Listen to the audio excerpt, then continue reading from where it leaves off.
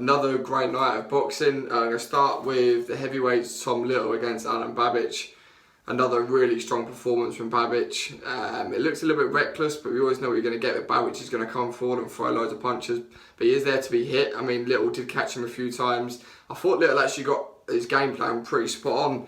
He just sort of tucked up. A lot of shots just landed on the gloves, a lot of shots landed on the elbows, so it didn't look like a lot was actually getting through. The problem is when you face someone like Babic, who's throwing 50 to 100 shots around, you're bound to get caught, which eventually did happen. For Babic, I'm still unsure exactly how far he can go.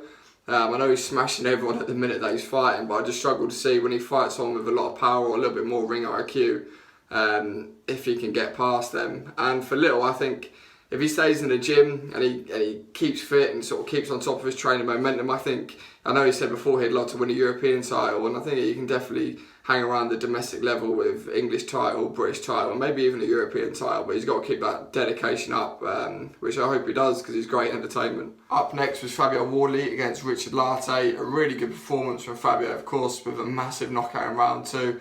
A lot of people are saying that this one looked like a little bit of a fix. A lot of people are saying that the shot actually landed on the gloves. I'm not 100% sure. I think it more landed on the side, at the back of the head, maybe around this area, which is obviously where the temple is, and if you get hit there, it takes away your senses in your legs, which is why he would have fell the way he fell. But I think take nothing away from Fabio is another great performance. He always looks so cool and calm and collected, like nothing ever phases him. It's crazy to think that he's only had 14 fights, I think 10 professional, 4 in a white collar. He looks like he's been fighting his whole life. It's a real shame that Dave Allen's retired, because I know that was the fight they were looking to make, Dave Allen against Fabio Wardley for the British title next year.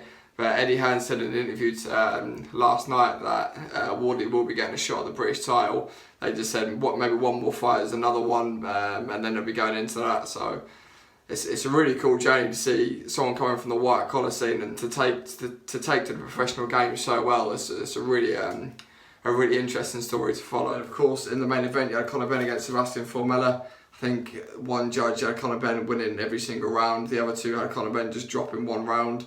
It was a razor sharp performance. He looked absolutely fantastic. Like all the months he's been spending away from the family. I know during the week he's been saying about how much he missed his family, but it looks like all the months away that he's been spending in the gym has really been paying off. And to think where he was sort of like a couple of years ago, he's improved so much. I know in his post-fight interview he mentioned about fighting Josh Kelly in 2021. That'd be a massive fight, providing Kelly can get through Avanesian in the new year. That'd be a massive fight for the European title, and that's a fight that could happen because I think that they're both at a similar sort of level now. Well, they're both on that sort of fringe world level, but they're better than domestic, so it'd be a great fight. But yeah, a great performance from Benn last night. Thanks for watching, guys. I'm going to try and do some more videos like this after like big fights or big news, stuff like that. So please like, subscribe, follow. It's much appreciated. Yeah, thanks, guys.